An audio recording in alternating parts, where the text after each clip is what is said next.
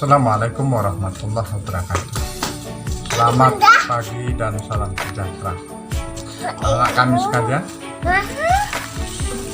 Marilah kita berniat dan berdoa kepada Allah Subhanahu wa Ta'ala. Ya, semoga dengan niat dan doa ini kita akan dilindunginya dari pengaruh-pengaruh setan yang dapat menyesatkan manusia.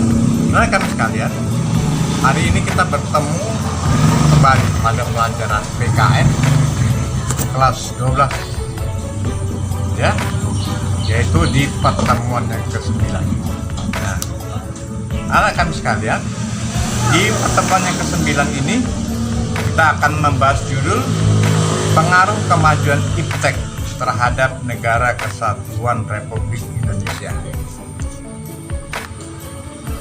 Nah, kami sekalian, tidak bisa disangkal lagi iptek atau singkatan dari ilmu pengetahuan dan teknologi akan terus berkembang, ya, seiring dengan kemajuan pemikiran manusia, ya, seiring dengan kemajuan pemikiran manusia, karena salah satu keunggulan manusia itu adalah berpikir, ya. Nah, di awalnya kemajuan iptek itu ditujukan untuk agar manusia mendapatkan kemudahan dalam hidup, ya, untuk mendapatkan kemudahan dalam hidup, maka dikembangkanlah ilmu pengetahuan dan teknologi. Dengan didapatkan kemajuan dalam hidup, ya, orang akan semakin lebih sejahtera mungkin, ya. Tapi di sisi lain, ya, di sisi lain muncul pula pengaruh negatif dari iptek itu sendiri. Kemudian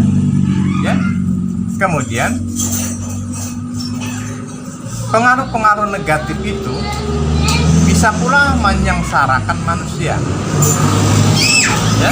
Anak-anak sekalian, pada intinya bahwa kemajuan iptek itu bisa berdampak pada, ya, bisa berdampak kepada pengaruh-pengaruh yang positif dan bisa pula berdampak pada pengaruh-pengaruh yang negatif dalam kehidupan manusia. Kemudian yang menjadi pertanyaan, di bidang apa sajakah pengaruh positif dan negatif itu bisa terjadi? Di semua sektor kehidupan manusia, pengaruh positif dan negatif itu bisa muncul, ya, anak kami sekalian. Baik, sekarang kita lihat, ya, pengaruh positif iptek bagi kehidupan bermasyarakat, berbangsa dan bernegara. Yang pertama, ya,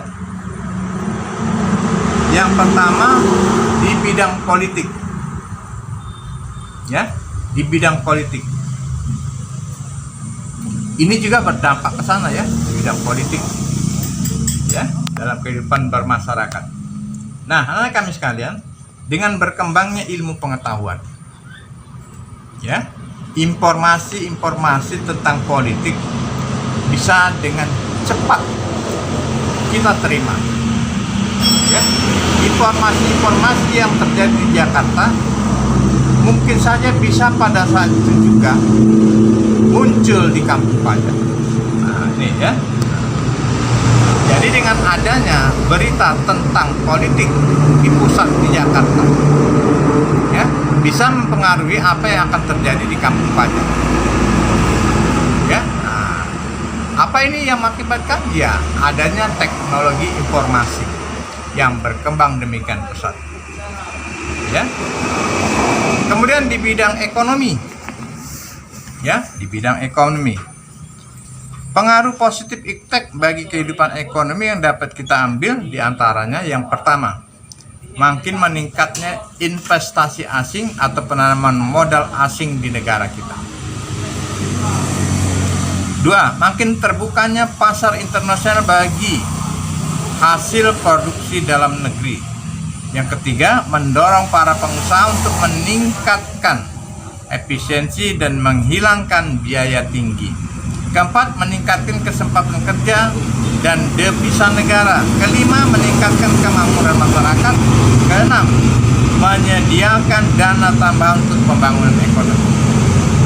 Kemudian di aspek sosial budaya, ya, di aspek sosial budaya, kemajuan teknologi dan informasi yang ditandai dengan munculnya internet dan makin canggihnya alat-alat komunikasi secara langsung telah mempermudah kita untuk memperoleh informasi dari belahan bumi lainnya, sehingga kita secara tidak langsung telah melakukan proses informasi ilmu yang sangat bermanfaat bagi kita.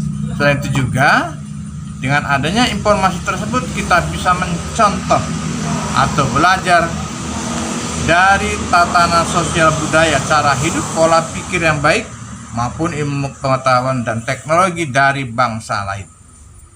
Nih, ya, ini pengaruh positifnya.